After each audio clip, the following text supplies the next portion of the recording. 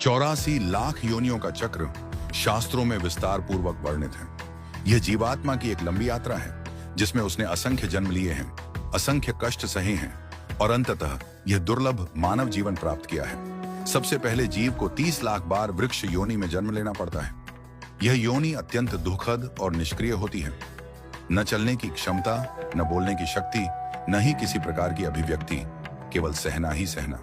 सूर्य की तपती किरणें, वर्षा की बौछारें, आंधी की मार और ठंडी हवाओं का प्रहार, सब कुछ निःशब्द सहन करना पड़ता है। पतझड़ में पत्ता पत्ता झड़ जाता है, डालियां टूट जाती हैं और मनुष्य कुल्हाड़ी चलाकर उसे काट देते हैं। वृक्ष का जीवन मौन तपस्या है, बिना कुछ कहे केवल देना। इसके बाद जीव 9 लाख बार जलचर प्राणियों की योनियों में जन्म लेता है। मछलियां, केकड़े, शंख, झींगे जैसे अनेक जीव जो पानी में रहते हैं और जिनकी स्थिति भी अत्यंत दयनीय होती है। हाथ पैर रहित शरीर, कीचड़ और जल में रहना, मांस और सड़ी गली चीजें खाना और प्रायः एक दूसरे का मांस खाकर जीवन यापन करना पड़ता है। इस योनि में न भाषा होती है, न अभिव्यक्ति का माध्यम, बस जीविका की निरंतर तलाश। इसके पश्चात 10 लाख बार कृमिकीट योनि प्राप्त होती है, जहां जीव कीड़े मकोड़े बनकर गंदगी, नालियों, मृतदेहों और मलमूत्र में पड़े रहते हैं। कोई उन्हें पैरों से कुचल देता है, कोई उन्हें जलाकर मार देता है।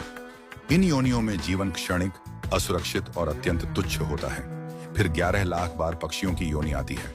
पक्षी जिनका आश्रय स्वयं पेड़ पौधे ही होते हैं। खाने को जोंक, कीड़े या जो सड़ा गला मिल जाए वही भोजन है। स्वयं भूखे रहकर भी अपने बच्चों को खिलाना, उनकी रक्षा करना और अंत में जब वे उड़ना सीख जाते हैं तो उन्हें पीछे छोड़कर आगे बढ़ते देखना, यह पक्षी जीवन का यथार्थ है।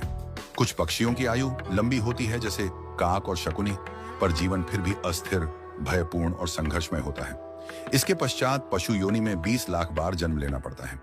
इन योनियों में अत्यंत प्रकार की हिंसा, भय और संघर्ष होता है। बड़ा जीव छोटे को खा जाता है, बलवान निर्बलों को सताता है। कोई केवल घास पर जीवन व्यतीत करता है तो कोई दूसरे प्राणियों का शिकार करता है। कुछ को हल खींचना पड़ता है, कुछ को गाड़ी, और फिर भी कोई ममता या दया का भाव नहीं। बीमार या घायल होने पर बोल भी नहीं सकते, उनके लिए मलमूत्र ही निवास बन जाता है।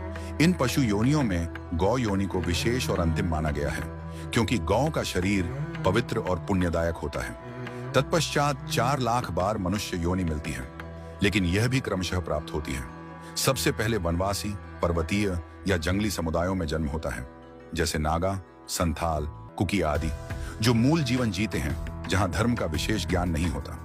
फिर अदम जातियों में जन्म होता है, जो वैदिक धर्म से वंचित होते हैं, जहां मदिरा, मांस, हिंसा और अधर्म ही जीवन का अंग बन जाता है। इसके बाद शूद्र कुल, फिर वैश्य,